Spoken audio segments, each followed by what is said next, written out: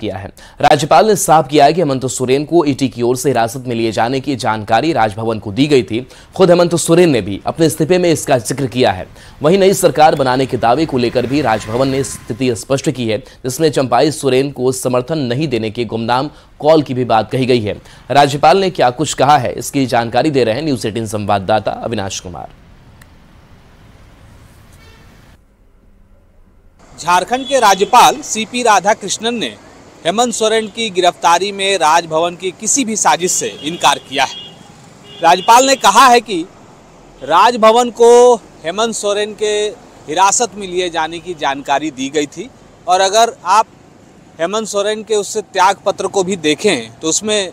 इस बात को मेंशन किया गया है कि उन्हें हिरासत में लिया गया है और उसके बाद ही वो इस्तीफा दे रहे हैं।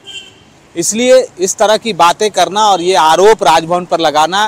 कि इस पूरे मामले में राजभवन की कोई भूमिका है, राजभवन की कोई साजिश है, राजभवन ने किसी भी प्रकार का कोई षड्यंत्र रचा है, इस पर राज्यपाल ने साफ तौर पर इनकार किया है। साथ ही ये भी कहा है कि जो सरकार बनाने को लेकर जो दावे किए गए थे, उन दावों को लेकर जो समय लगे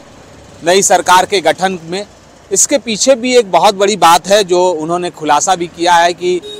गुमनाम फ़ोन आए थे और उसमें ये कहा गया था कि वो राज्यपाल के द्वारा चंपाई सोरेन सरकार को बुलाने की जो तैयारी चल रही है तो वो चंपाई सोरेन के साथ नहीं है, इसलिए भी थोड़ा वक्त लगा। बिहार और झारखंड में समानताएं नहीं रही, जो प्रकरण हुआ, जिस तरह से सत्ता का परिवर्तन हुआ, इसलिए भी उन्हें सोचना पड़ा। उन्होंने कानूनी रूप से, विधिक रूप से जानकारी ली, जो संविधान के जानकार हैं उनसे भी उन्होंने जानकारी ली और उसके बाद तकरीबन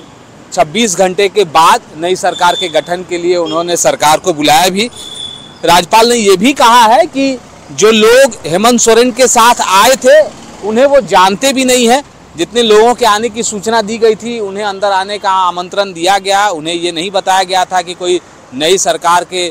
गठन को लेकर दावे किए जा रहे हैं, बल्कि उन्हें सिर्फ इतनी जानकारी दी गई थी कि हेमंत सोरेन अपना इस्तीफा देना चाहते हैं, इसलिए वो यहाँ आने के लिए उन्होंने समय मांगा है। लेकिन इस पूरे मामले में जिस तरह से राजनीति हो रही है और जिस तरह से लगातार सत्ताधारी दल के द्वारा, या फिर हम ये भी कहें कि अगर आप विशेष सत्र पर गौर करें, हेमंत सोरेन ने सदन में कहा था कि ये देश का पहला ऐसा मामला हुआ जब किसी मुख्यमंत्री को राजभवन के अंदर से गिरफ्तारी किया गया है, उन्हें गिरफ्तार किया गया है। तो इसके बाद से एक राजनीति शुरू हो गई है और इसी के बाद राज्यपाल ने सामने आकर मीडिया से कहा है कि ये जो साजिश है, जो आरोप लग रहे हैं, इसमें कहीं से भी कोई राजभवन की भूमिका नहीं है।